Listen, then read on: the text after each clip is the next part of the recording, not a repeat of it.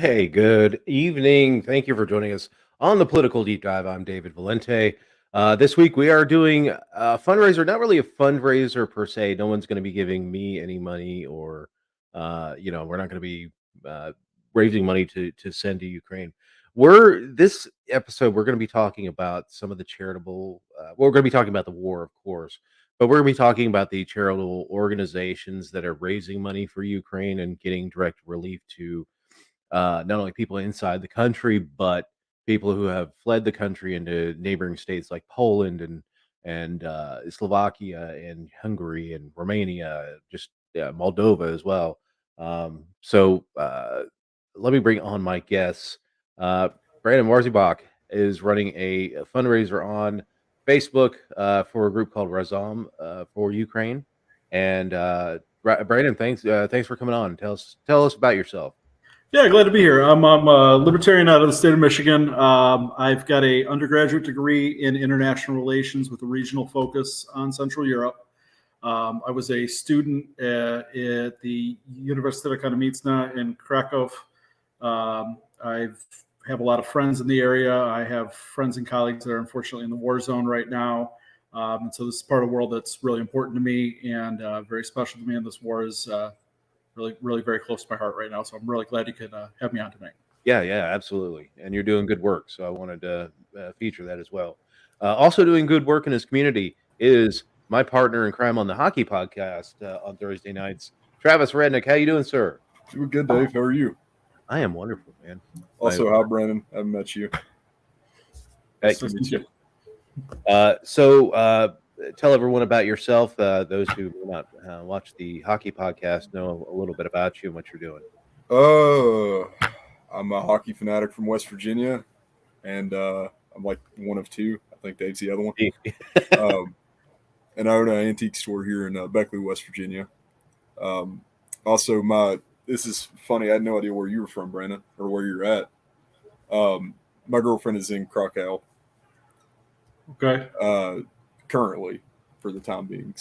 But she is from Kharkov. Excellent. Yeah. Beautiful town. And one of our crew members from the state of Illinois, Emily. How you doing, Emily? Hi, I'm all right. How are you? I am doing wonderful. Good to see you. Likewise. Yeah. All right. So let's talk a little bit about what's going on in Ukraine. I mean, I'm assuming that people watching the show will have an understanding of what's going on, but we'll kind of go into a little bit of a primer of what's going on. For the last year, I mean, for 8 years, really, Russia and Ukraine have been fighting over bits and parts of the country. There's a couple of separatist regions in the east of the country. There's the Crimean Peninsula that they did take in 2014. But over the last year, really, Russia has been building up troops in both Belarus and on the Russian border, and in the Crimean region and all that stuff. And I will admit, was dead wrong about this. Hey, Craig, how you doing? I was wrong about this. I said a couple of weeks before the invasion that I didn't think Putin was going to go into Ukraine. I thought he was just doing it to get some sanctions lifted and to get some security guarantees, especially about the Ukrainian presence in NATO. I was wrong. I will freely admit that I was wrong. So. Yeah, it's disappointing. So they, to say the least. Yeah, I mean, a week ago Thursday, they sent troops across the border into Ukraine under the guise that they were liberating two regions that they had recognized as distinct republics, Luhansk, and I can't remember the other one. Donetsk. Yeah. So those two regions have been, well, I won't say that they've been liberated, but there's active fighting there. And then he's made negative aggression towards Kyiv and Kharkiv and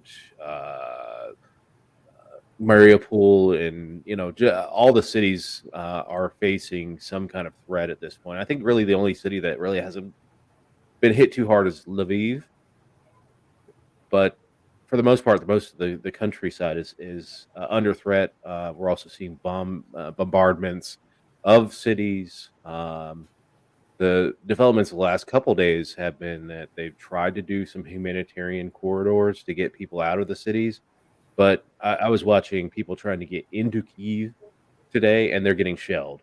There was a family of 4 that got killed. Um, they're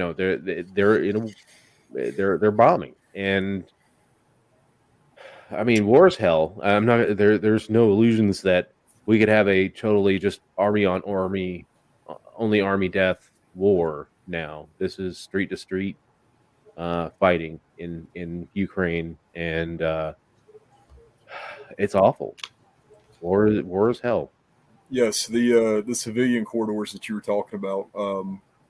So far, that's just been a ploy. I know of 17 civilian deaths that have come from that.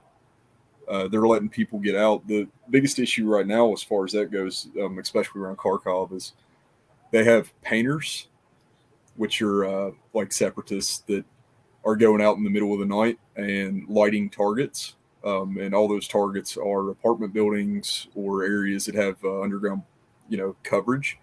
Yeah. So the entire reason they do that is so that's where the Russian military will shell, trying to bring down those buildings. But they've decided that since they can't really catch up with a lot of the people they would want to kill, hopefully they can pull enough civilian casualties to get the people to submit. Yeah. Yeah, it's awful. Hey James, how you doing, man? Yeah, I just this war seems so unnecessary. Let's see, Matt Halterman on our Facebook page said people forget that this is the exact same playbook that was used in Georgia in early 2000s. Yeah, that's true. Abkhazia and South Ossetia and all that stuff. This is also the Nazi Austrian playbook. Sure. This goes all the way back to the War of 1812. I mean, this is the exact same thing we've seen over and over. Probably before that, I'm just not aware of it. Yeah. And he said the only difference we're seeing is a full regime change push for this time, which is true. I mean, part of the issue that happened between 2014 and before that was the opposition revolution in Ukraine that overthrew the previous president, who was very much aligned with the Russians. And Putin has never forgiven that sin of really just people opposing him. Like he's an old Soviet KGB agent. Like this is he wants to get the band back together. There's no doubt in my mind that's what he wants to do. And Could you elaborate on that, Dave? he wants to move the former states of the Soviet Union, if not into a full political submission to Moscow, like basically just reconstitute the Soviet Union, or into a very like a Warsaw Pact grouping of nations that joint self-defense opposing the United States. Let's see, is this a no? We're libertarian. We are libertarians.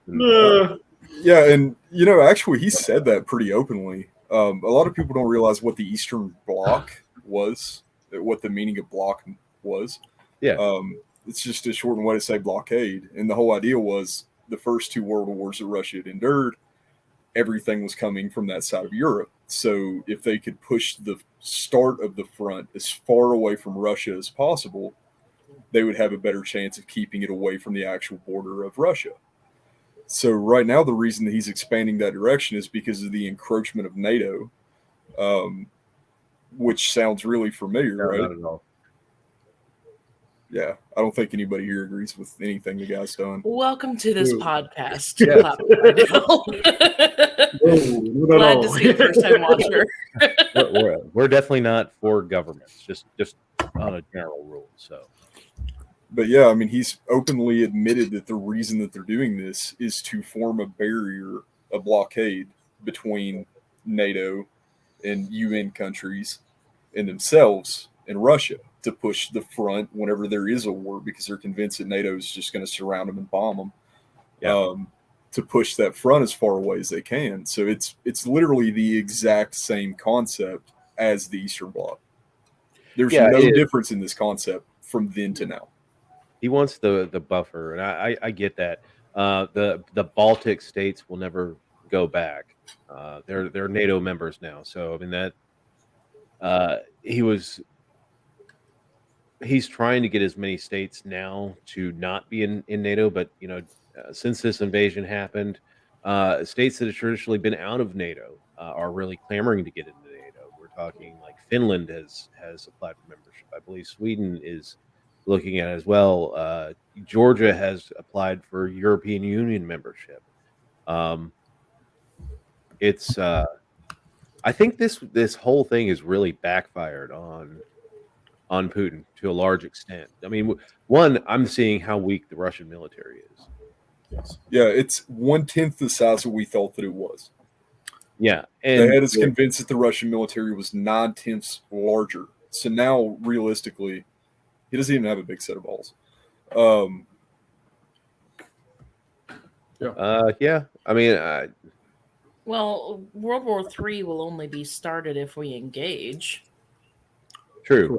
I do think that they're trying to find ways for us to get engaged. I mean, look for war is profitable. Yeah, yes. We'll look for a Gulf of Tonkin type or a USS Maine type thing to happen that they'll use as a pretext for us to get involved.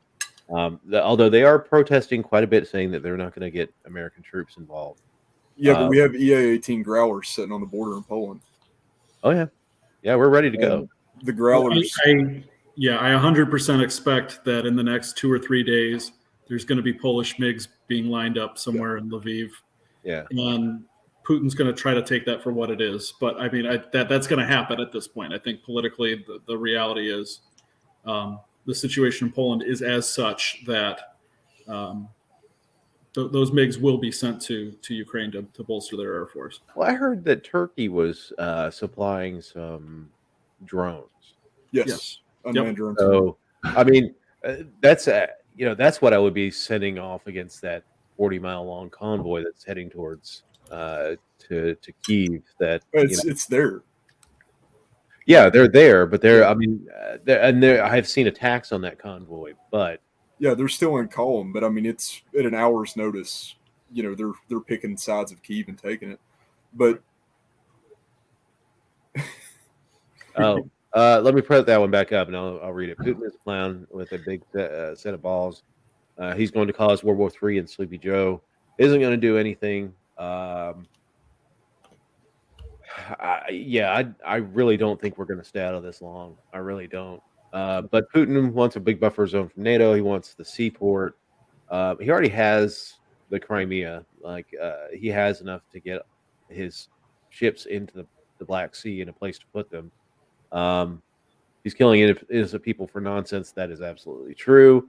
Do you think this will end anytime soon? And will China get involved? That's a wild card. I think China is not going to get involved. No, China wants Siberia. Here's the other part, though. I mean, China has chosen a completely different path. China has chosen to be an economic powerhouse, and sanctions and war are bad for business. Oh, that would kill them. China, if you examine China's finances right now, the whole Evergrande thing that's going on with their housing market, the fact that they've got cities that have been built to have no people living in them as make work projects. China is under very shaky economic circumstances, and people have been saying, well, they're going to use this as a pretext to go after Taiwan. They may. I mean, that's always been a goal for them. Yeah. China's always been, or Taiwan has always been a goal for China, but I just don't think that they're going to take that risk to ruin their economy over it, unless they're, if they're ready to launch nukes. I mean, like, if it does get to a point where we're getting into a nuclear contest, even if it's a limited nuclear contest, I just. And I mean, the final season of Earth sucks. I'm telling you that right now. Apparently, it's good for global warming. I think I saw that. Yeah, New York Post. Oh, very nice. I love these bot comments that we get on YouTube. Like, But I'm yeah, never making that link, dude. the interesting thing about the growlers and the reason that's so significant, whenever I was on Whitby Island, on Whitby Naval Air Station, Yeah. the growlers are a specialized F-15 or F-18 whose entire purpose of being created was to quickly deploy EMPs. So we have 6 of them in Poland that anybody's aware of. 6 growlers in Poland is enough to shut down anything in the country of Ukraine. I would Yeah, I worry mean it's because let's say you do an EMP and you shut down the now under Russian control nuclear power plant and it has no way to cool down because you've killed all the power to it. You're talking massive the largest nuclear power plant in Europe going bye-bye. fun fact. Everything vital in those power plants has actually been designed with built-in Faraday cages. Oh, wow. Really? So, yeah. So since would be- 1985, whenever they started to reconstruct everything, and then of course you had Chernobyl, they rebuilt a lot of the control for Chernobyl. Yeah. That was about the time that EMP became a buzzword in the military community. So as a preventative, everything was built shielded. So just about anything of any actual importance is going to be shielded. Except for It really is not expensive to do, but they actually have for shells. And they have giant capacitors on top of them. They're Yeah. shielded to begin with, but they have these giant capacitors that are designed to explode if an EMP strikes to absorb all of the energy around it, all that field around it. So wow. Yeah. That's crazy. Something weird that the Soviets did, I completely agree. But Russia has looked weak in this invasion. They're using old Soviet era military equipment. They're whether it's sabotage, intentional sabotage on the Russian troops' part, or just old equipment. They're running out of gas. They haven't really built a supply chain to service a 40-mile long convoy. I think one of the benefits of what's the timing of this is that with the thaw happening, Russians really can't go off road in Ukraine, so they have to stick to the roads to get anywhere because the ground is pretty wet and heavy machines tend to sink in that stuff. So if you look at the Second World War, this period in 42, 43, 44 was a period when nothing was happening a lot of times because the ground was just completely bogged. Yeah. They knew that in the middle of the winter you could engage in some operations. They knew in the summer you could summer into the fall. But this period in February through kind of the beginning of April was always kind of a lull period, to the point where they started to plan for it. So for Vladimir, who claims to be a student of history, to have chosen this particular time kind of as a head scratcher. yeah, I mean, I do think that he was doing his buddy in China a solid by not doing it during the Olympics. But yeah, that may just have been a very tactical error on his part by waiting. So, well, this whole thing is a head scratcher because he hasn't really shown himself to be less than intelligent, tactically speaking. So why all of these blunders now? well, I mean, that's the thing. People have been saying that Vladimir Putin is not well. Like That's an easy answer, but it is an easy answer. I think. I mean, he is getting older. He's not Biden age yet, but is this like Hitler's syphilis situation?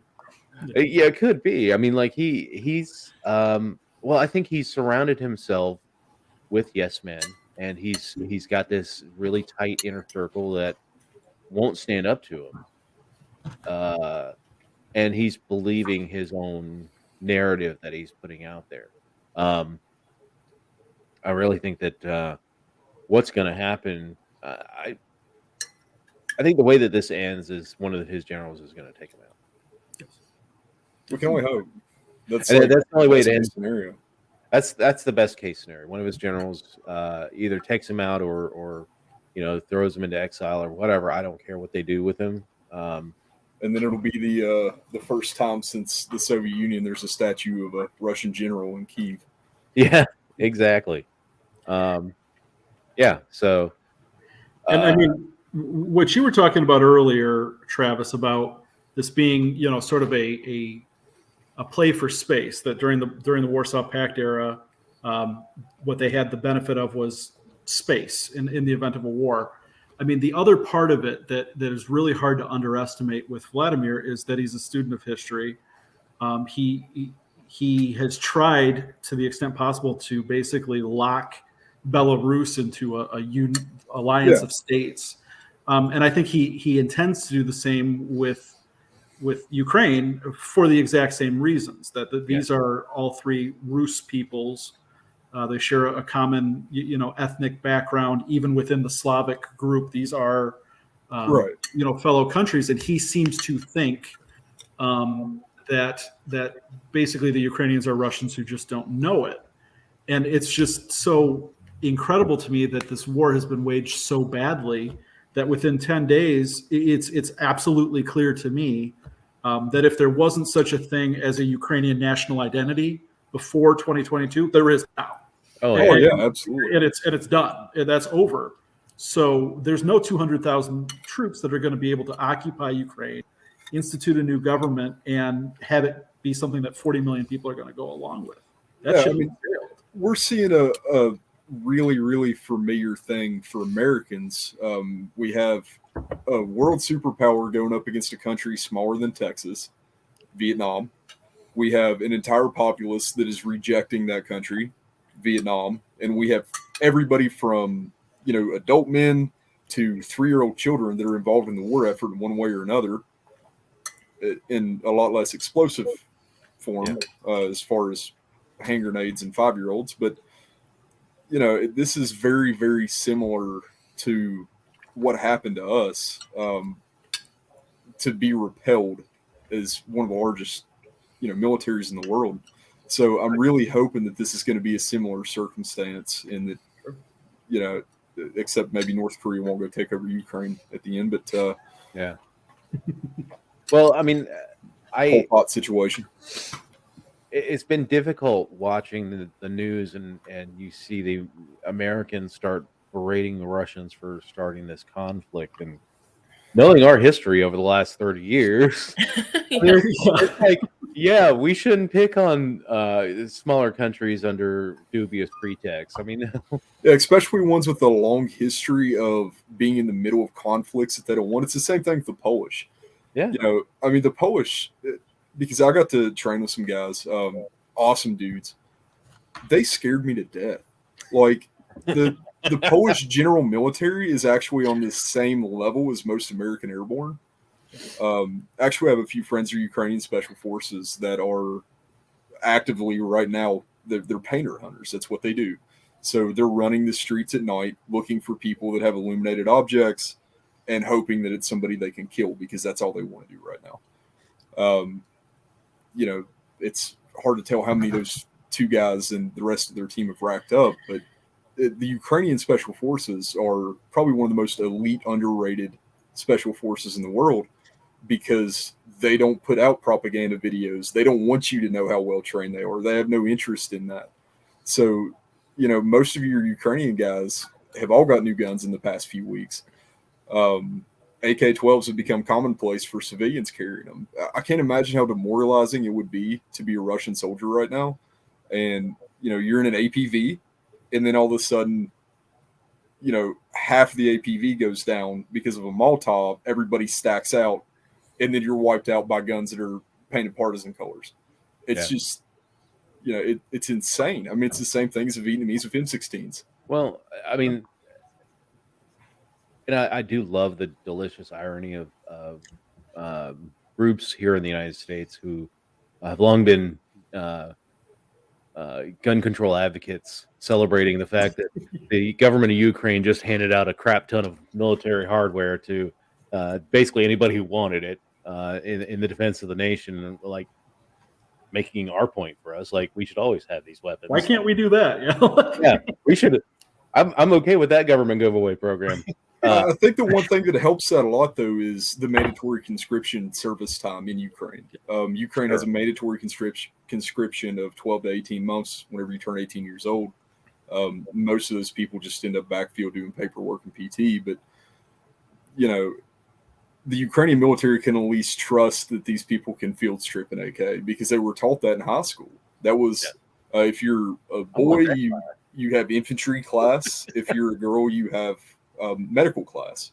And whenever you graduate high school as a woman in Ukraine, you are on the same level of training as an American EMT.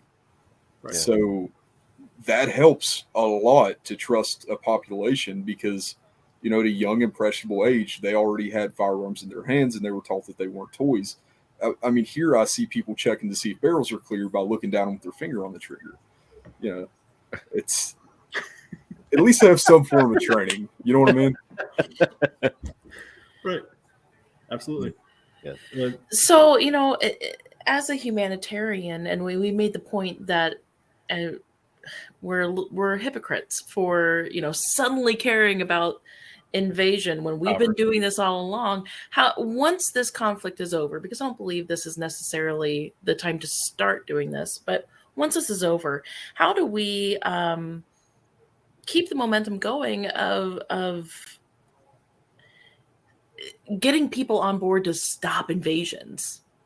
I was thinking about this and I thought, I think this is a golden opportunity for libertarians and for non-interventionalists because I can't think of another war in my lifetime anyway. I'm 33, where we've got another country invading another sovereign country. American opinion is uniformly lined on behalf of the people who are being invaded instead of the invader. And it's getting wall-to-wall coverage that's not being sanitized by the media. People are seeing how awful war is in all its gory details right now.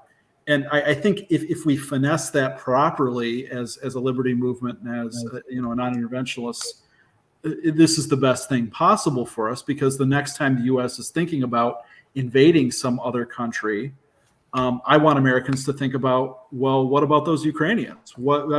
Basically, we are looking to be the Russians to their Ukraine. And if Americans can think about that and really consider, even if we think that this war is going to achieve some aim that we think is good, what war is actually going to look like once it starts. And now that they've actually seen that should be a good for us. Unfortunately, it seems like we're much more inclined to take the bait of saying, well, we're just hypocrites for even pointing it out because the United States has done all these terrible things. Therefore, we shouldn't even talk about this. Oh. And that is such a problematic point for me anyway. Have people been saying that? Oh yeah, there's dozens of people just completely turning a blind eye to this because they can't emotionally handle that somebody might actually hurt them one day. I've seen people that are like, we have to turn the news off. We have to focus on our own lives. This doesn't matter. This has nothing to do with us. Yeah, I mean, it's pretty insane, some of the points of view that I've personally interacted with. I even had a guy the other day in my store. He walked in. I was like, hey, man, 30% of proceeds are going to Ukraine. These are the organizations we're donating to. And he's like, I don't want to hear it. And he just turned around and walked away. So, well, to be fair to those people, I mean, the sociopolitical and socioeconomic state of affairs that we're dealing with domestically, it's pretty heavy to begin with. So taking on more burdens that are across the ocean, not everyone has the availability for that. So, I mean, I can understand. Sure. I mean, and I think that was probably part of Vladimir's thinking when he decided to engage in this project in the first place is that, possibly he did realize that the Ukrainians were becoming more and more capable as time went on. So time's working against them there. And maybe the West is distracted right now. So this is my best possible opportunity. That's one possible explanation. Yeah. I think that he really underestimated, and this sounds awful, but I can't really think of another reason. Ukrainians are white. We have no problem with conflict in, countries where they'd be considered minorities here. They look like us, yes. So animal cruelty is only an issue whenever it's dogs or cats, right? because we have dogs and cats. So the more relatable these people are, you see somebody who looks like they could live next door to you. It's not a third world country. They're dressed like us. They learn to speak English like us. So I think that it makes it hit home for a lot more people, whether they realize that or not. Just, mentally, it makes it easier to connect to those people, because whenever you look at Somalia, give me 3 facts about the conflict in Somalia. I mean, nobody cares. Yeah, but general population, nobody cares. It's that's Africa. Africa's got their own thing going on. We don't worry about Africa. They're not like us. It's a third world country. They're going to have war no matter what we do. These are people that have.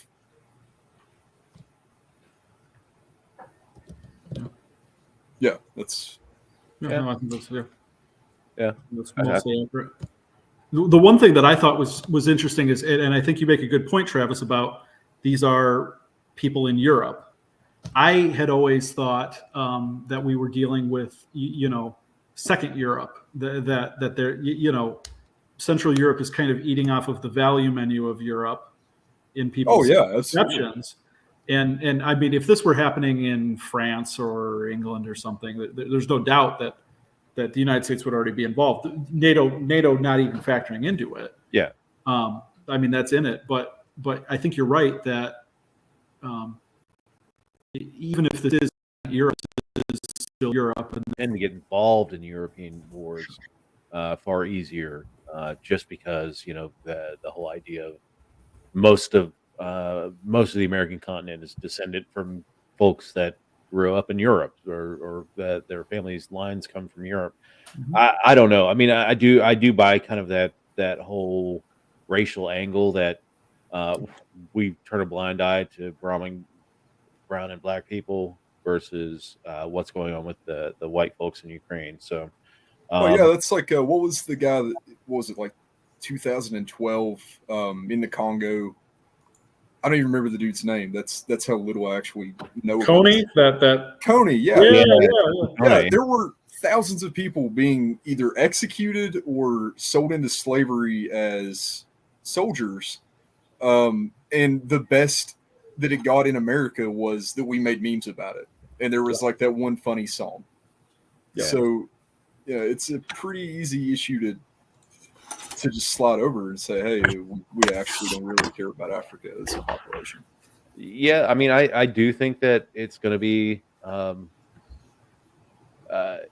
really do think it's going to be in Afghanistan, in the respect that the Russia that emerges from this is going to be far weaker and far more susceptible to a revolution of some sort. I don't know how violent it will be. It may, like I said earlier, maybe a general takes out Putin, or maybe it's, like 1991, and you got tanks in the streets shelling the Duma. Who knows? But yeah, I do think that this is not going to end well for Russia. And I think Vladimir Putin's starting to realize it, and that's why he's really doing the saber rattling as far as the. In the Facebook chat, what'd you say? What'd you send in the Facebook chat? A relevant meme. Is it Coney? Mm-mm. Okay. Which Facebook chat are you on? Our group chat. Oh, our group chat. Our group chat. All right. Let me see. On to the Book of Face.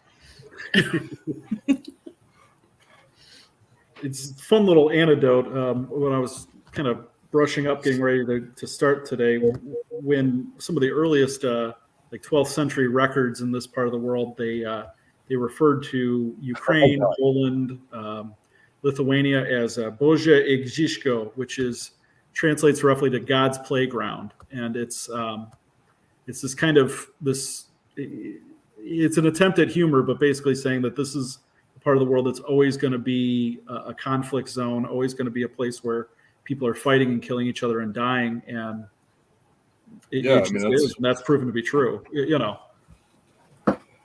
Yeah, this is pretty accurate on the corporate media. Yeah. Yeah. 100%. I think that it also hurts the situation too, that we can talk to these people. Yeah. They're not just on a UNICEF commercial. It's like they're on Twitter right now, like, hey, my house is getting bombed. We might have to eat my dog.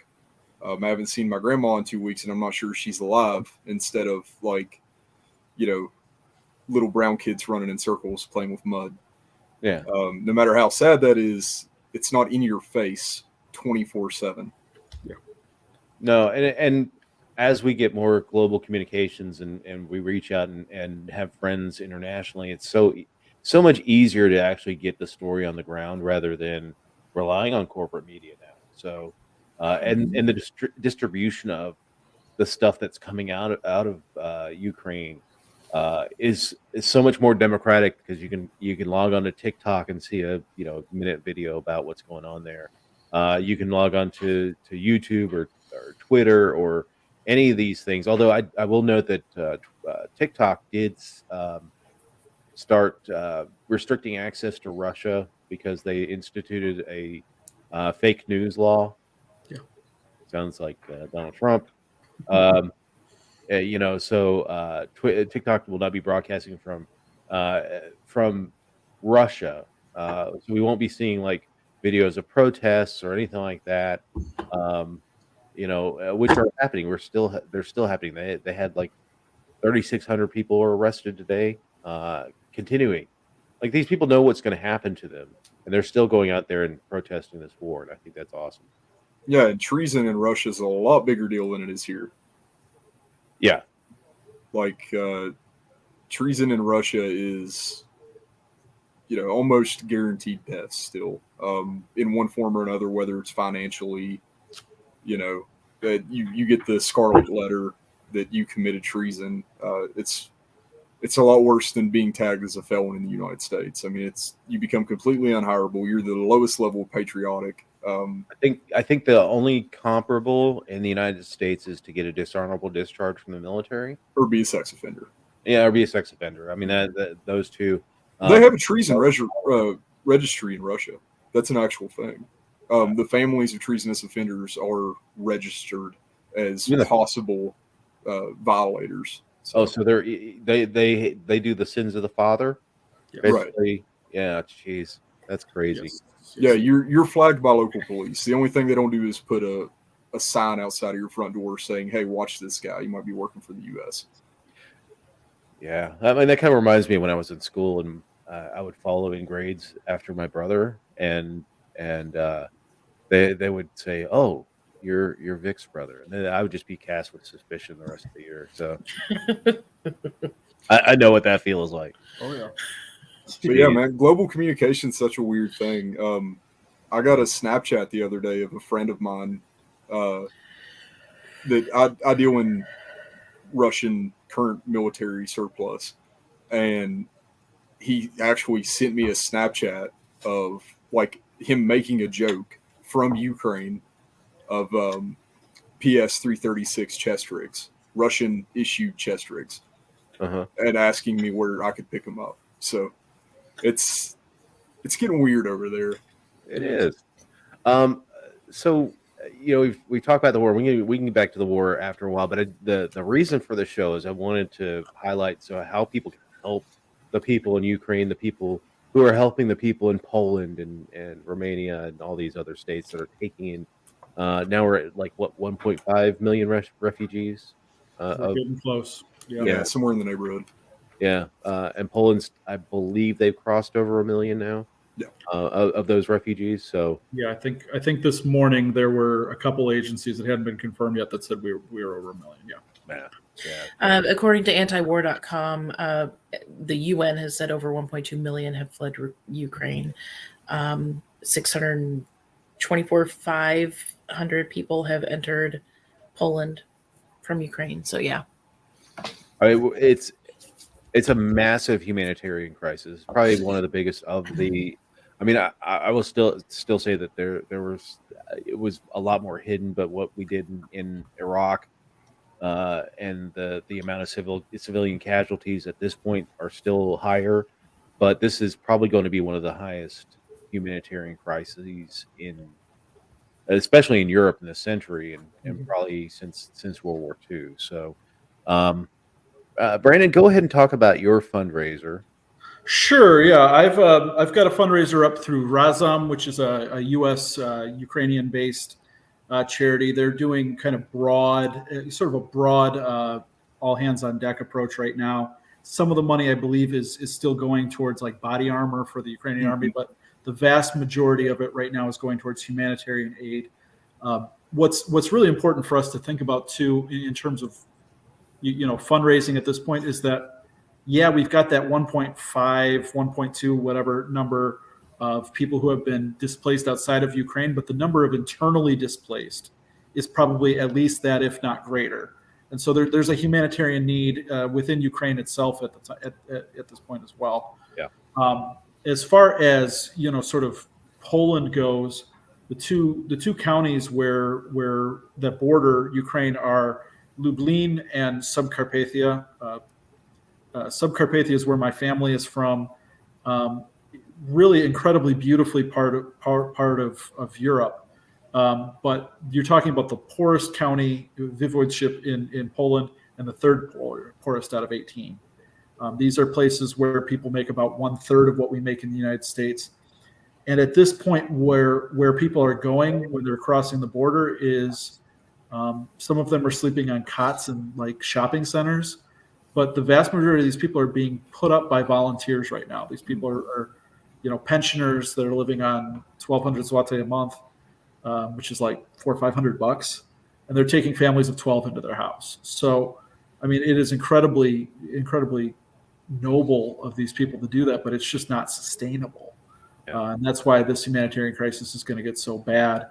Razom is the charity I'm working with right now, but I mean, everything that anybody can do here. This is going to be all hands on deck, because I'm guessing that we're going to be talking about 2, 3, 4 million people in an area that only has about that many people to begin with. That's already somewhat economically depressed, and so it's going to be such a huge need. And I've been really, really pleased with the stories coming out of Poland, but without support, this is not going to be sustainable. Absolutely. I mean, so many kudos to the people that have opened their homes. The government of Poland allowing pets to come with people.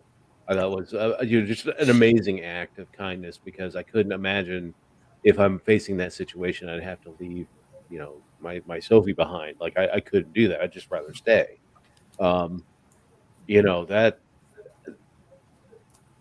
People showing up to the border with cards saying, I'll give you a ride to whatever city, to Krakow or Warsaw or wherever.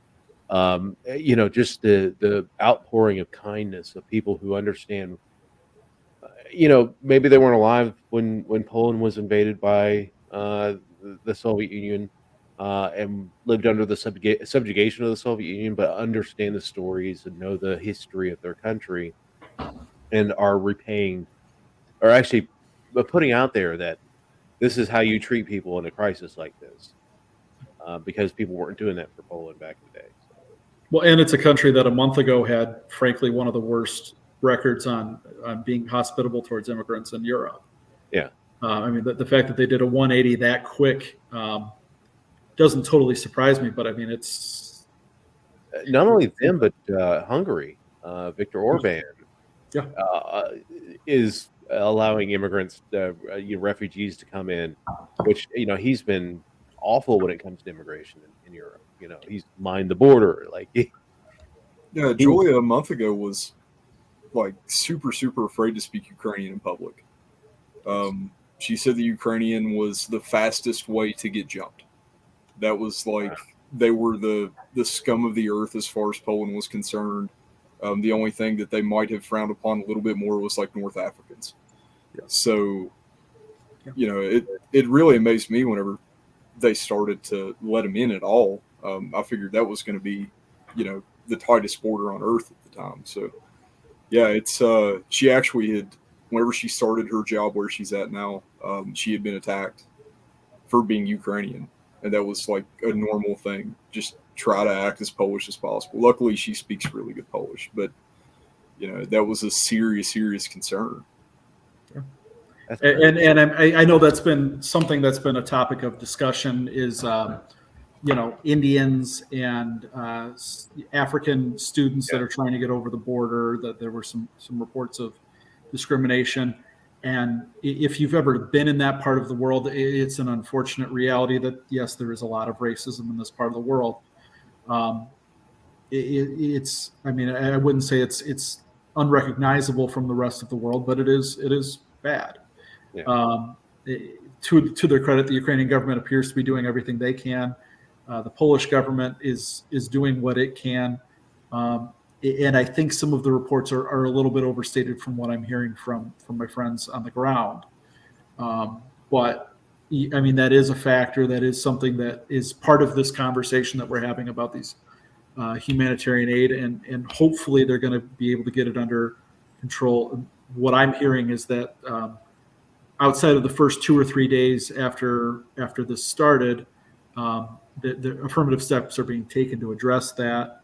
But I mean, it's certainly something that people have a right to be concerned about. Yeah. Yeah.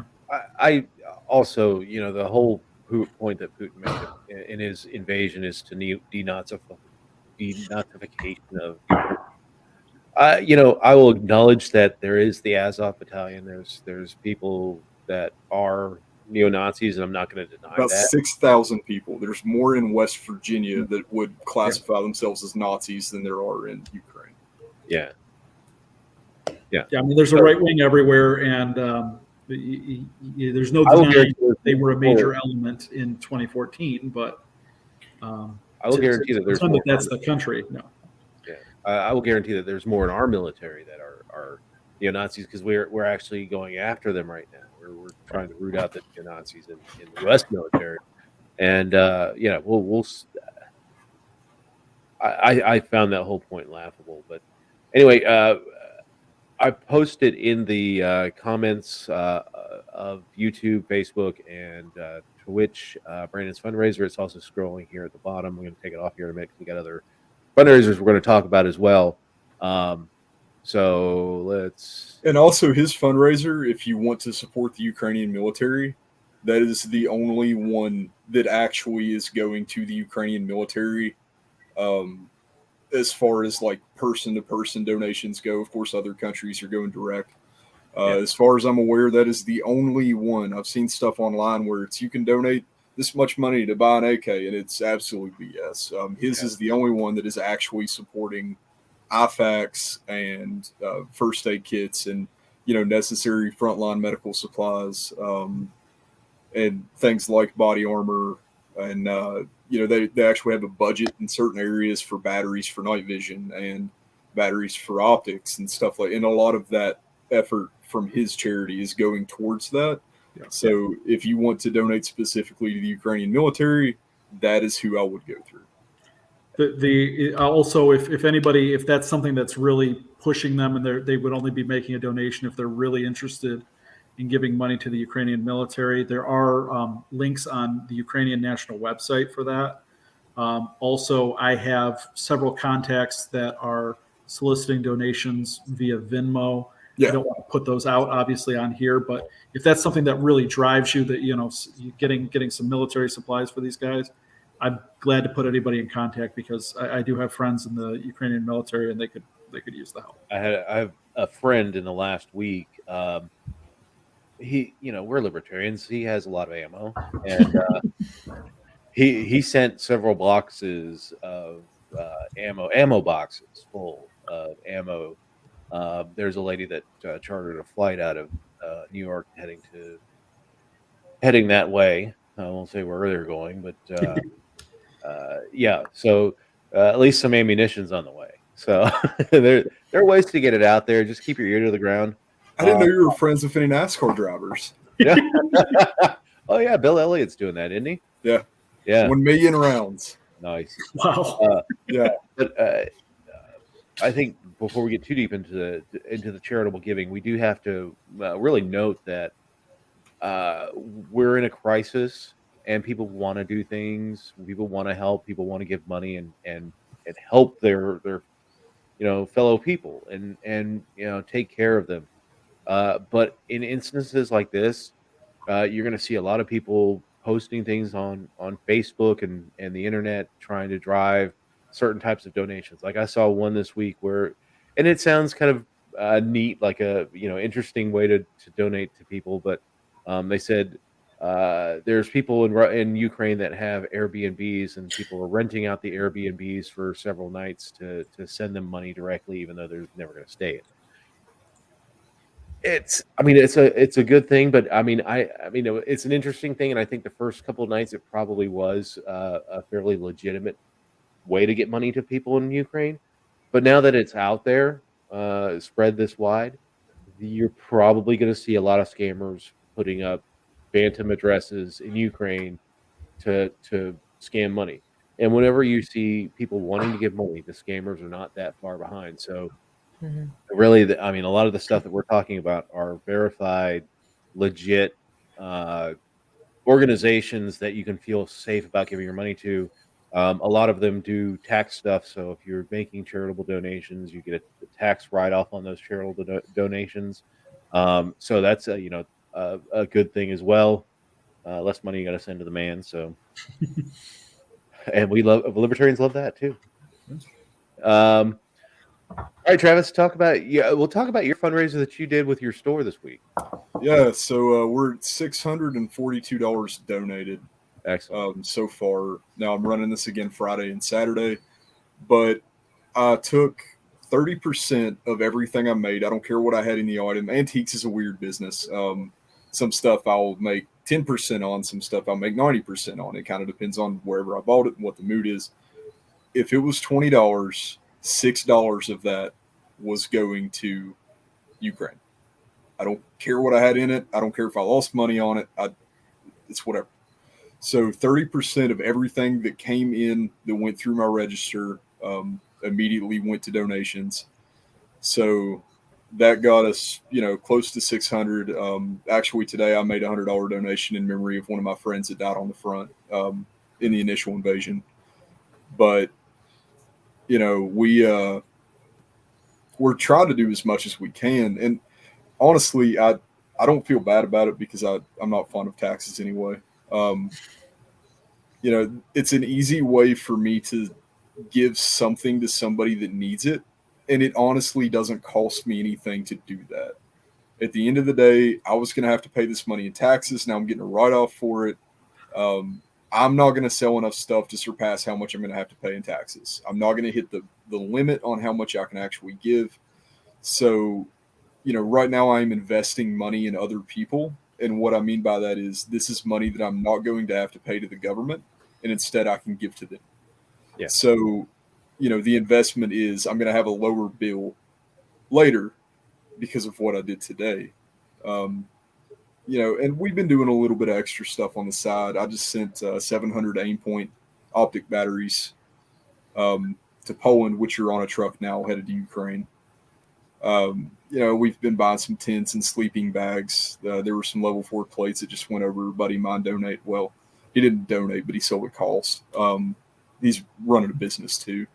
But, we're trying to do little extra things. I've got some friends who are doing mapping, occupational maps for people that are trying to evacuate to figure out what the safest routes are out of the country.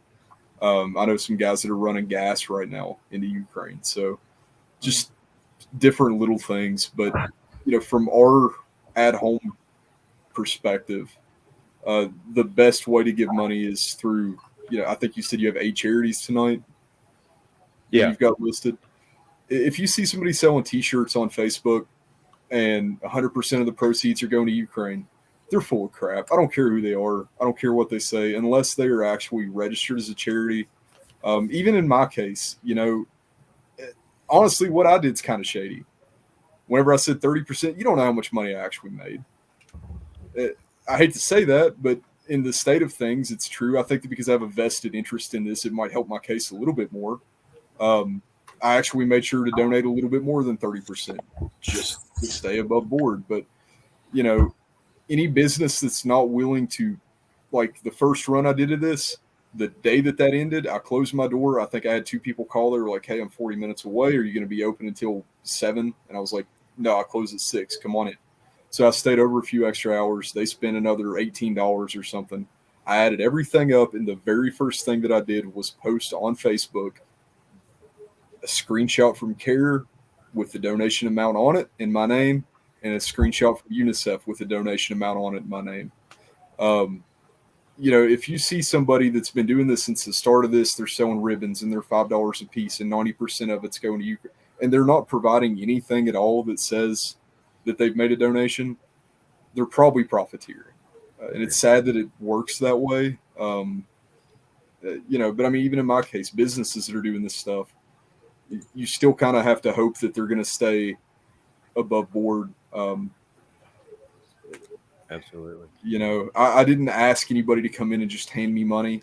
It's all stuff that people would have probably bought anyway. But people are walking away from what I do with something. They get to feel good. They spend a few bucks. If they want me to write out a receipt, I'll write it off for them as a donation. I mean, I can actually split the amount that if they want me to donate $40 in their name because they spent $40, I'll do that. I'll print them a form. They can stop by the shop and pick it up. Sure. Yeah. If everybody asked me to itemize it, I would have had a lot of extra paperwork to do, but I would have. So, it's a really, really simple way for me to give something to somebody. And actually, we don't lose anything on it. I think that more businesses would do well to try to figure out something to do. Even if it's just post on Facebook. If you own a business, post on Facebook. This is a link to somewhere that you can donate money. If you come in and show me that you made a $50 donation, we're giving you 20% off. There's so many things that you could do that don't affect you. Like what is $50 in the United States right now? There's one class that came. Yeah, and it's still a tax write-off. Yeah. You can invest that money into your taxes. Yep. So you said that you gave to UNICEF? Yeah, UNICEF, and the other one is CARE. Yeah, UNICEF, of course, they're focused on children and helping children at the border. A lot of these people are coming into Poland and other refugee sites, haven't eaten for days. There's just that alone, giving money to help bring in food and supplies, basic necessities, toiletries, things like that, for people who really have to just completely rebuild their lives for who knows how long, going to who knows where. Definitely UNICEFUSA.org. There's a link directly on the front page of that website that will get you to the charitable giving for Ukraine. The other one, care.org. Again, these are very reputable donation organizations, so care.org. Also on their main website, you can link to the Ukraine donation page from there. So and actually, very good. I chose these specifically because they will show you how much they pay. Their CEO gets paid this much. I think with UNICEF, it's 0.7% of all donations actually go to staffing, which you're not going to get any lower than that. It's a ridiculously low amount as far as charities go. There was that thing with Wounded Warriors a few years ago where they were paying like 40% of donations were going to the CEO and then kind of trickled down from there. And they refused to release it until it was required by law. These people are willingly giving that information. You can see how much of it is actually going to help people. So with UNICEF too, I did my mom's birthday was on Friday, and instead of sending her flowers like we always do, we made a UNICEF donation to children in refugee children in Ukraine, and you get the receipt and you can send the gift card right there. I mean, it's such an easy thing, such a small thing for a charity to do, but to be able to give that to my mom and call that her birthday gift, and for her to be really happy to receive something like that. I mean, those are just little things that charities like that do that are great to be able to make a donation, also a gift for somebody. And you gave me another charity that you wanted to talk about. Come Back Alive. Is that? Yeah, that's another one that they're not quite as focused on the military as they are some of the militias and stuff that are operating in the area.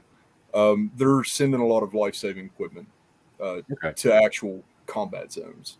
So, like, I think that I just saw an article that they published where they spent like $500,000 just on chest seals.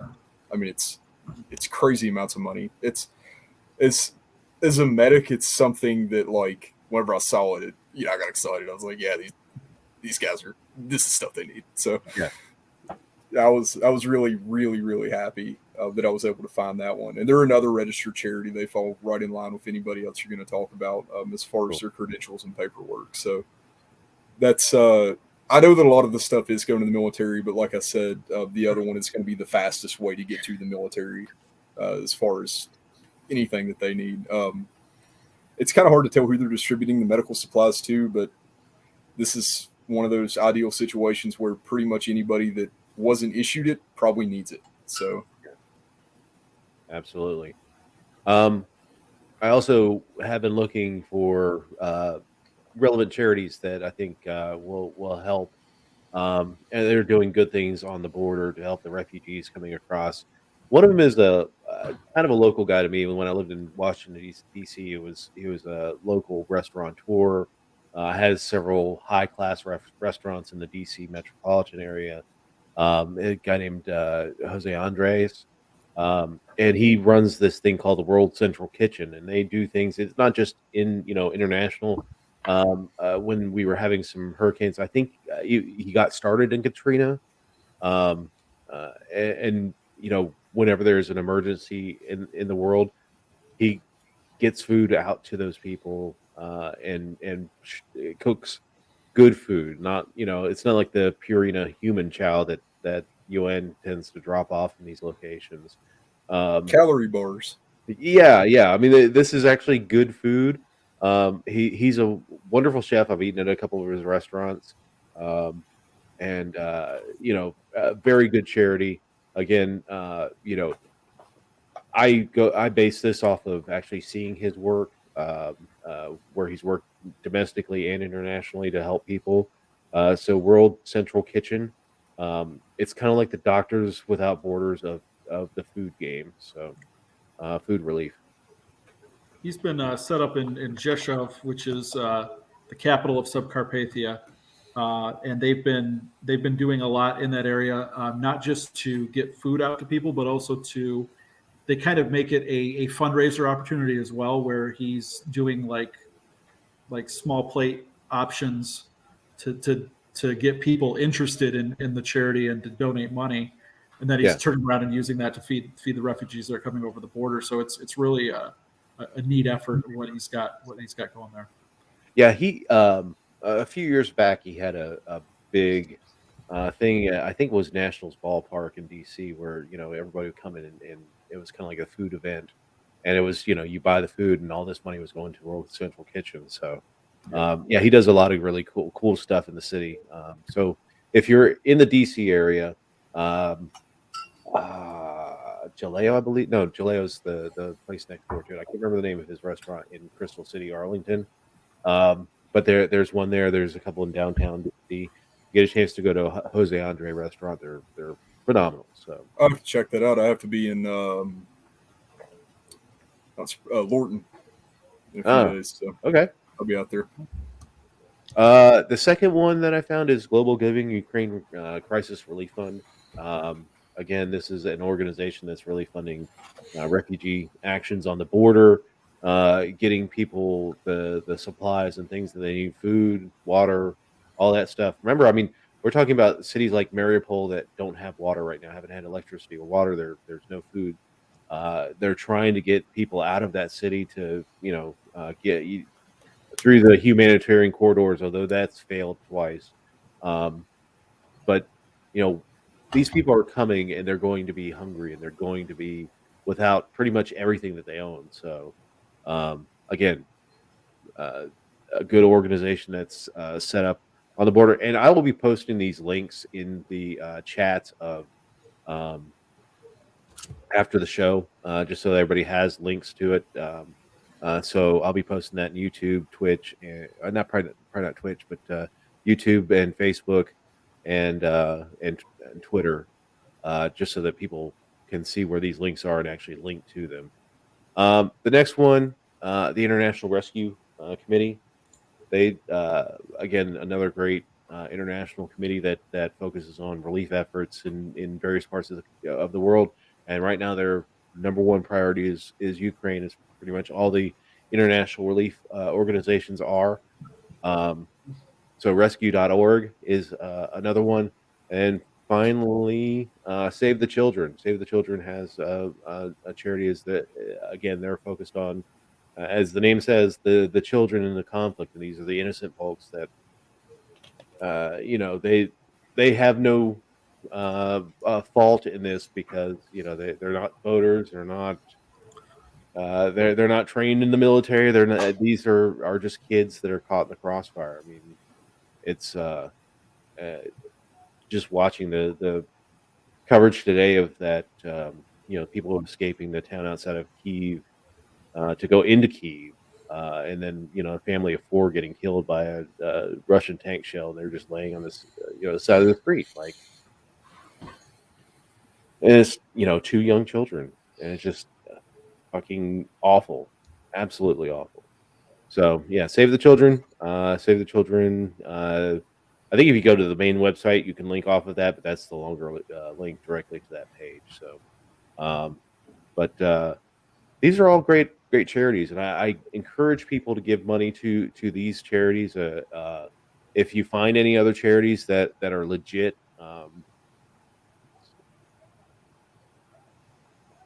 what jets are people in jets? I mean, they do want a no-fly zone. I understand that. It's not going to happen. Yeah, it's not going to happen. I mean, I like I said, they're probably going to try and do some kind of, Gulf of Tonkin, USS Maine type thing to try and draw us into the conflict. Some American ship in the Black Sea, although Turkey's preventing any warships going through the Yes. Bosphorus. So, Yes. The smartest thing that the UN could do is to donate more man pads. Yes. Because with what Russia is, the serious issue with Russia, it's not going to get any less problematic. So why would we tell Russia they can't fly the jets whenever we could just give the Ukrainians unmanned man pads to shoot down Russian jets? It's kind of 2 birds with 1 stone, right? We want Russia to have less jets, and we want Ukraine to not have issues from jets. So right now we can hit Russia way harder than anybody else because we have so many SAM turrets that aren't in use. I mean, even our Cold War era stuff can take down Russian planes. We just give them some old junk, and the next thing you know, $1 million, $1 million. Every time that we hit a Russian plane or Ukraine hits a Russian plane, you're doing double time here, right? Yeah. But it ends up being kind of like a Lend-Lease program type thing, and again, it could be a justification for Putin expanding the war beyond the borders of Ukraine. I do think he's a fool if he actually goes after a NATO country, but if it gets even worse for him, if he does think that his generals are going to try and take him out. Desperate people do desperate things. Yeah, I mean, he's in a losing situation. You look at... Yeah, he's losing situation no matter which way. There's no way to win this. But my hope is to minimize the casualties, the innocent people. Correct. Right, and right now taking out the planes that are dropping bombs on the innocent people probably wouldn't be a bad priority because everything's play by ear anyway. So, Sure. There's not a right move for us. I just think that taking down more planes that are targeting civilians probably would be the closest thing to a right move. And since we can't do it directly, but they have people that can operate the equipment. Canada's talking about taking a bunch of man pads. The Canadian military's been advising Ukraine for 25 years, I think. Yeah. People don't understand how involved Canada's been in Ukraine. It's actually kind of weird. So there's a huge Ukrainian population. That's True. Well, For those of us who don't know, what are man pads? Man pads are anti-aircraft guns.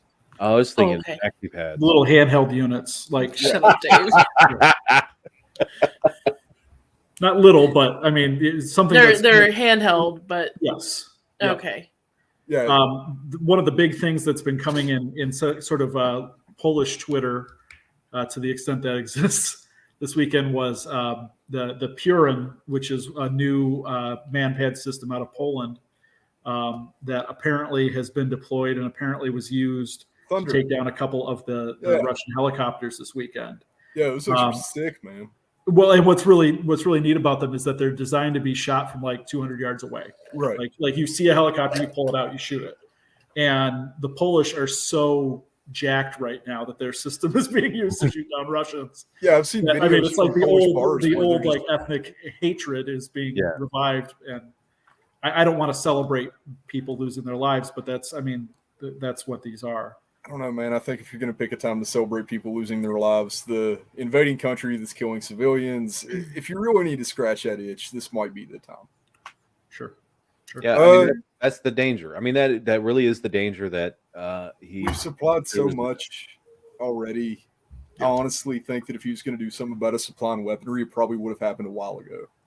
Right, and for him to have called, I mean, I think he came out yesterday and said, you know, if NATO countries supply MiG fighters to the Ukrainian Air Force, we'll treat that as an act of war. And I'm just thinking, like, the easiest way to get the Polish nation to agree to start shipping goods is to say that it's to say that you can. can. War. Yeah.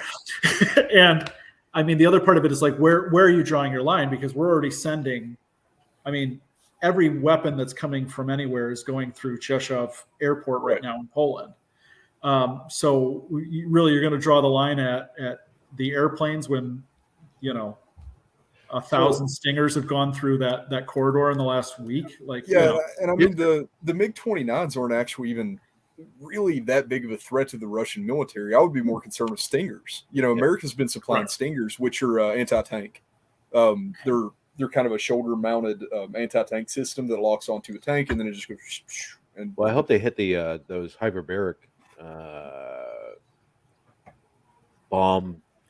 The vacuum bombs. Yeah, the vacuum bombs. I hope they hit those things. Those are barbaric. There's sections of Kharkov right now that are level. That there were apartment buildings that were 60, 70 feet high. They're level with where the street signs used to be. Yeah. And Craig, they're not even in back channels, man. I mean, it's pretty open. Extremely public. Yeah. The New York Times is publishing. We just sent 2,500 more Stingers. There's 4,000 of this. And that's why I mentioned the EA-18s earlier.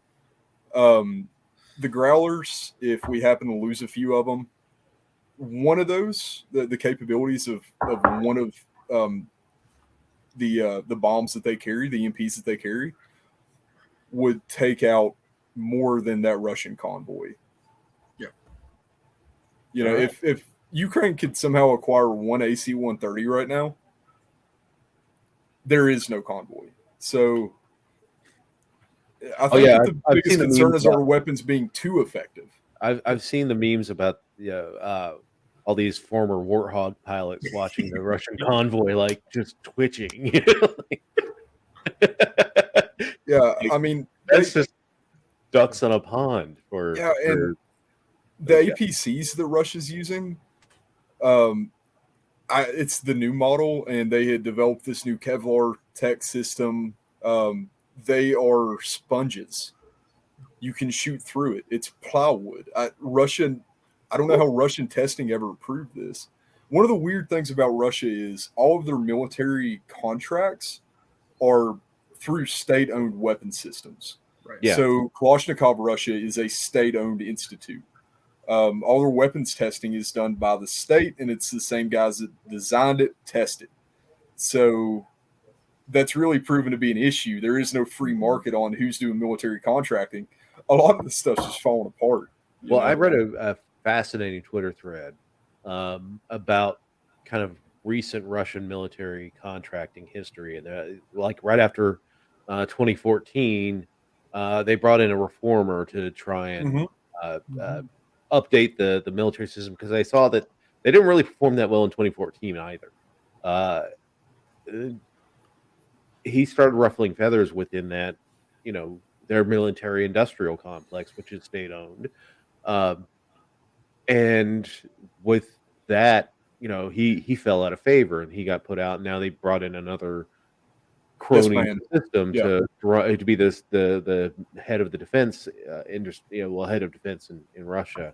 And he kind of reinstalled all the old military industrial complex with all the graft and corruption that they have. And I will tell you that we're seeing it. Like the military, the Russian military is. I wouldn't fear it. Like I couldn't imagine what China's looking at right now. Like, Oh yeah. China's going to be licking their chops. From a strictly military analytical perspective, one of the most unnerving things for the Russian military right now should be the pictures of captured Russian weapons. Oh, So a lot of people look at the guns and they go, "Oh yeah, well, soldiers carry guns. They killed some Russians and now they have Russian guns." Yeah. The problem is, as of current, the standing primary weapon, the M4 equivalent for Russia, has become the AK-12. They've produced almost 1 million of them for Russian military use. So you would think that the captured weapons that you're seeing would be AK-12s because that would make a lot more sense, right? And you saw this in America too, with Korea and Vietnam. But it would make sense if all the weapons the Ukrainians were capturing would be current, top-of-the-line, standard weapons. They are capturing Cold War era SKSs and AKs. Oh yeah. So their military, that's a lot of the military equipment, like the tanks and stuff, are still just. Well, but the interesting thing about those rifles, and the reason that's so important, it's not like they said invading force, you get the old guns, you're going to die. They gave them a choice between the old equipment that has been, a lot of the stuff after the Soviet Union, it got cut up, it was destroyed, they burnt piles of this stuff. You have young soldiers that weren't around in the era where the SKS was standard issue, choosing that gun over current issued standard guns. This is the same thing that you saw with America in Vietnam, where you had young guys that wanted to carry an M1, even though it was heavier, ammo was heavier, everything supposedly sucked compared to an M16. Except Russia doesn't have a lot of that stuff left. So these guys are going into combat, special forces units. They don't want to carry the new Russian military stuff. The guys that are driving the tanks don't want to drive new Russian tanks. The APVs have shown that they're, cardboard. Right. So it kind of makes you wonder, once they run out of the good stock, combat effectiveness on the ground is a very, very tricky thing. And if you don't trust whatever you're holding, that's the only thing that you can trust, right? The demoralizing perspective for any military force to say that I don't trust the gun that I 100% rely on to save my life, that's sketchy. That is extremely scary. That should scare every Russian soldier to death. I mean, there are guys putting in paperwork to bring guns from home, old AKs. I've seen it. I've got a buddy in Moscow, and we went through, before Google turned off the reviews, we were going through Russian restaurants and writing reviews that were just news about what was going on, because there was no way.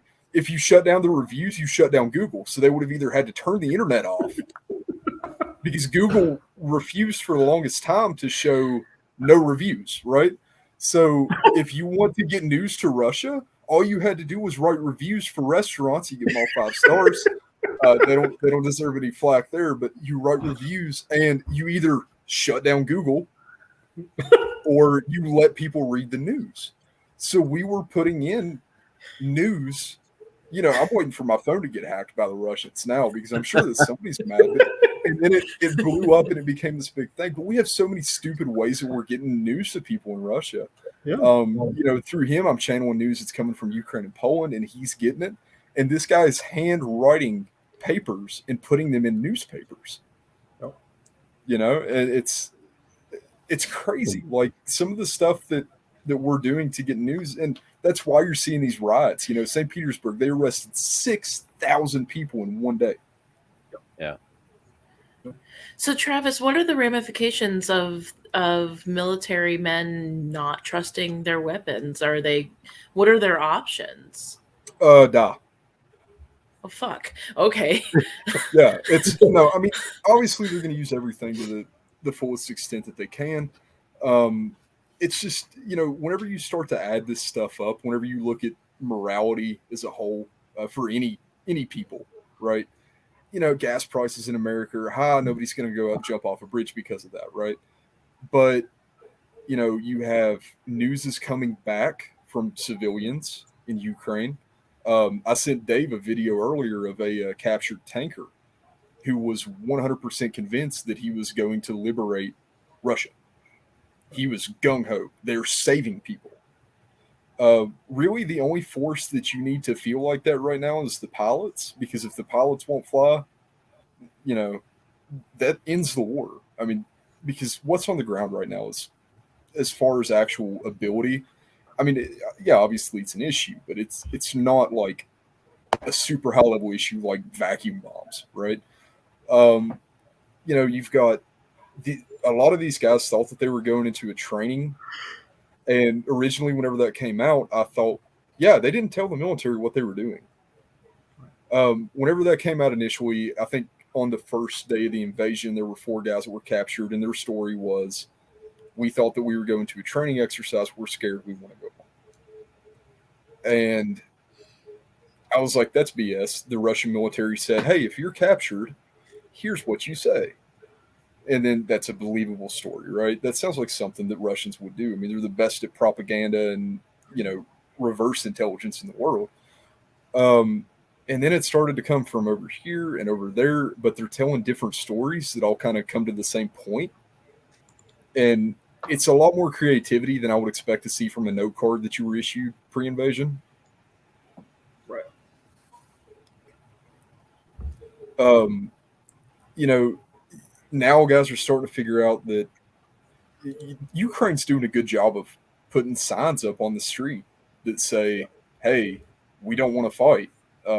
You are invading. We don't need free. We are free. The more these guys see this stuff, the more that plays into it. Russian soldiers are just crossing the border from Russia into Ukraine and turning themselves in. They don't want to fight. That's happening every day. There were like 60 the other day. And Ukraine actually is offering for their mothers to come pick them up so they're not prisoners of war. Yeah. Yeah, I have to go to the Polish border, but, you know. Yeah, but like, I mean, some of this stuff is just, if I was a soldier in the Russian military right now, I can 100% guarantee you, no matter how big and bad I thought I was before this started, I would probably just go turn myself in because, number one, it's becoming more and more apparent you're not going to have anything to go home to. Whenever you do go home, you're not a war hero. You're a criminal. Right. You're a baby killer. This is Vietnam, right? It's all this stuff parallels. You're going to go home and get spit on because the Russian general population's figuring out that you're a bad guy for going. You don't trust your guns. You're watching your buddies die. And then you get the civilian aspect. I mean, you have people that grew up under the Soviet Union that are now, you know, that was in 94. So they're my parents' age. They're mid to late 50s all the way up. So, you know, I've heard some stories that sound like they're straight out of a Tarantino movie. The sunflowers in your pocket lady. Yeah. She understood how to fight the Soviet Union. Yeah. You get in their head and that's all you have to do, right? But they refuse to go back under that. So you have a population that is extremely, extremely opposed. For every 1,000 people, you might have one separatist. Then you get into I like wood, but I'll give it to you. Then you get into What? I don't understand that one. What? I don't get it. I don't know what I just read, but I like it. Like, AW. Meow, I agree Hagen. completely. These guys don't get it. Yeah. Yeah. That's what it is. I mean, it's all psychological. But you know, the point that I was making, like, the more that the soldiers figure out what's going on, the higher chances you have of a revolution. Yeah. Right now you are seeing. I'm going to keep going back to Vietnam. Sorry, it's something that we all can see. Right, we know that it happened. The first year of Vietnam, everybody was kind of cool with it. And then there were draft cards burning in the streets. There were people arrested for treason. This is just an expedited version of that, right? Yeah. So now you have soldiers refusing to go to combat that are facing charges for it. How demoralizing would it be if 5 guys standing next to you were like, hey, I'm not going. And they're like, okay, we're going to kick you out of the line. We'll deal with you later. And they're probably going to get shot. And it sounds like it's even worse than that, because I'm hearing reports that basically the entire Belarusian military has basically said, nah. Yeah, because you realize how many Belarusian jets have been shot down in the past week? All of them. Yeah. We're not aware of any operable Belarusian jets, period. Lukashenko has got to be just maybe absolutely terrified of a revolution in Minsk at any day now, because and there should be, but there, and some of the stuff you don't know how true it is. You had the Ghost of Kyiv. That's a perfect example. Yeah. I heard a dozen different stories. The Ghost of Kyiv was the second generation Korean woman whose family immigrated to Ukraine. And then there was, the actual colonel who was the Ghost of Kyiv, who was unfortunately shot down and killed. And that's been confirmed by the Ukrainian military. But there's so many different versions of stuff. But I'm hearing from people in Poland who are dealing with refugees. There was a 70-something-year-old woman in Kharkov during the initial invasion who was serving tea to Russians with laxatives in it. And then whenever they would go into bathrooms, she was lighting them on fire. Oh, shit. God damn, that's gangster. So, that's punchy spikes if I ever heard it, right? You can't trust anybody. Right. And, no, you can't. We've been distributing the improvised munitions manual that was issued to the U.S. Special Forces, translated to Ukrainian. We've been getting in anybody's hands we can. You can take 20 shotgun shells and make 20 landmines that are capable of taking a foot off. This should be getting really, really scary for Russia. If any soldier in Russia right now knew exactly what the rest of the world was doing to try to help, because information's king right now, right? You look at videos of people making Molotovs. Those APVs, there's one way in and one way out. If you get hit and, you put a little bit of styrofoam, a little bit of gasoline, that stuff spreads like napalm. Napalm basically was gasoline and styrofoam, and you ignite it and it sticks. The vents and the ports on those APVs are completely permeable. You have to pick between breathing or risking burning to death. Yeah. There is nothing getting shot when you go outside. And and then once you're in country, there's no safety anywhere. If you're a Russian military standard in Ukraine, you can't sleep, you can't sit down and eat, you can't trust the kids walking by, you don't know who's gathering intelligence, because people think of a war zone, they think of empty streets and there's nobody there, and it's just the Russians are here and the Ukrainian military are here. This is not the bell tower scene from Band of Brothers. They didn't evacuate the town. There's a guy walking by you who is just as likely to stick a knife in your neck as not. Yep. That is the definition of scary, because you can't just start killing civilians because, they're men or they're old or whatever. But you can't trust anything around you. It could come to the point where, and we've seen civilians killed. It's not like that's not happening, but it could come to the point. I think that's, Putin's ultimate goal is to have regime change within Ukraine, to install someone like what is that dude's name in Chechnya? Their leader, very brutally repressive leader who has no compunction about just slaughtering wholesale people. That's the goal for Putin. But that country that he's trying to take over is going to be absolutely ungovernable. Correct. And there is no win here. No, I just don't see any win for Russia long term. You would literally have to kill everybody in Ukraine because you don't know who you can and can't trust. And it's the same thing with the Soviet Union. I don't know, Brandon, you seem like you probably studied the history of the Soviet Union. And Sure. Okay, so my family are Siberian Cossack. Okay. Yep. We were exports to America under indentured servitude in 1918 whenever the White Army lost. Sure. Of course, the Russians hate the Cossacks and we hate them. I've got the white wolf there. There we go. I love it. Yeah. Yeah. That was a domestic terrorist group in the USSR. They operated really, really heavily in Siberia. And you're going to have stuff like that pop up every day. You're already seeing it in Russia where there are Ukrainian immigrants to Russia that, they didn't defect, but they thought that maybe they had a chance at a better life. They're already starting their own little revolutions and their own little bands. And Moscow's burning, St. Petersburg's burning. There's spray paint everywhere. There's people that are shipping decals right now to Moscow of Russian warship.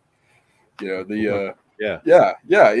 Cyrillic. So it's insane the effort that people are putting into this. And now the issue isn't whether or not Ukraine's going to be governable. It's whether Russia is going to be governable. Correct. Yeah, that's true. Yeah, you're true. You're right. It's expanded so much, Hey guys, so we've done an hour and a half. This was all me talking. I'm sorry. You're right. We could have talked about this for 4 hours, and sure. I didn't want people, nodding off during that. But thank you both so much, Brandon. I did share the link to your thing, but go ahead and plug that one more time. Yeah. So again, that's Razom fundraising. They're again the largest that I could find Ukrainian American fundraising organization right now. Money seems to be going kind of to a broad front. So you're supporting the troops, you're supporting the refugees. If you have any information or interest in supporting the Russian or Ukrainian military directly, let me know. I do have contacts within the military. But thank you so much, everybody, because this is, again, in a period of 1 to 2 weeks, we're going to start getting into a real humanitarian crisis in Poland. And it's going to be bad. So I'm so glad for everybody who's donated. Thank you so much. I've already gotten donations tonight just while the podcast was going from people listening. Excellent. So thank you so much. Yeah, thanks for people donating out there. Travis, talk about your shop and what you're doing this weekend and whatever fun you want to talk about. Yeah, so we're doing 30% again of everything that comes in the door, no matter what we've got in it. I'll even cut special deals on stuff. If you want to donate a little bit more of my profit margin, I will allow you to do that for some odd reason. Probably not the best business decision, but I'll take it. No, we're divided up between two charities now. Whenever I'd originally got the news article published locally that they'd done a segment on me, I've had 4 different news agencies in the store. We got top story on our local Fox network tonight, which was kind of funny to me. We were doing Sunflowers for Freedom as well. All that's actually going to UNICEF. So I just went ahead and rolled it all into UNICEF. But yeah, everything that we can do, we'll do.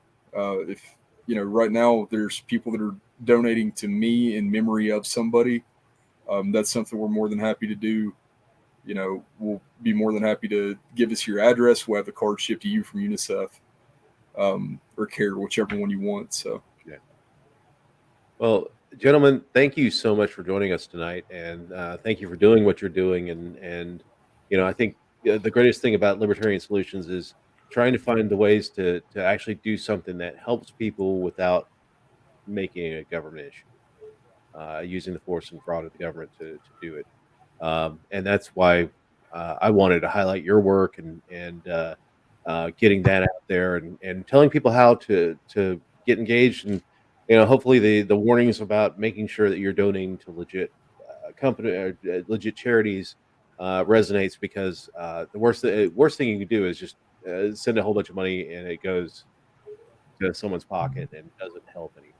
So Make Yeah, sure and like you said, I mean, right now the front line of this thing is private donations. I mean, the Polish government's starting to get involved, UN's starting to get involved, USAID's starting to get involved. But right now, of those million plus people in Poland, overwhelming majority are private people showing that volunteerism works, and it makes me. I mean, I have cried so many times this week about these stories of these people. I can't. I'm like a baby this week, But yeah. But it makes me so proud to be Polish, but also to show that libertarians were right all along, guys. That's right. Travis, are you a soldier of fortune? I am not. No. Are you in the A team? I was subscribed to Soldier of Fortune magazine for a year though, as a joke. Oh, there you go. One more thing though, I haven't shut up this entire time. I'm sorry, guys. That's all good. One thing that I can absolutely say: people in Ukraine, people in Poland from Ukraine, pretty much anybody from those countries. If you can't donate, if you don't want to donate, whatever your reason being. I'm usually not one for gimmicky share this Facebook posts. They can see you. They can see how many support for Ukraine shares that picture has. Mm-hmm. They can see somebody, even if you're just a number, they never know your name. They can see that you said something nice about them. And morale, like I said before, for Russia, even more so for Ukraine, for the civilians that are involved in this, they need it. They need all the help that they can get as far as their mentality goes.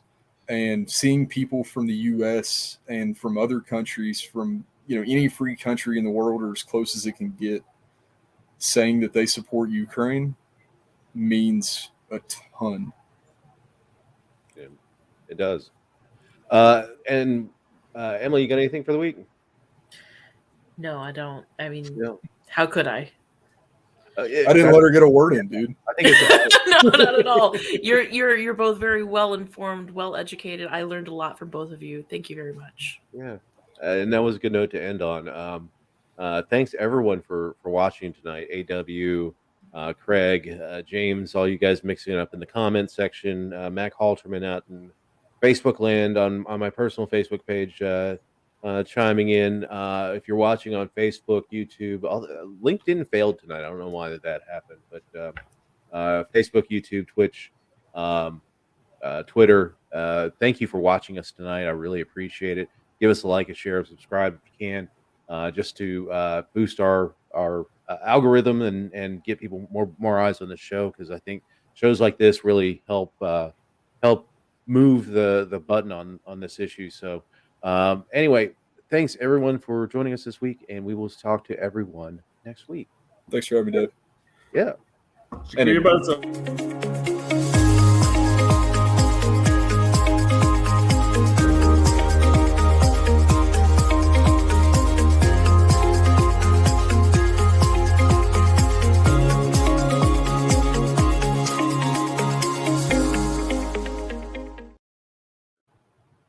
Oh, we're back on.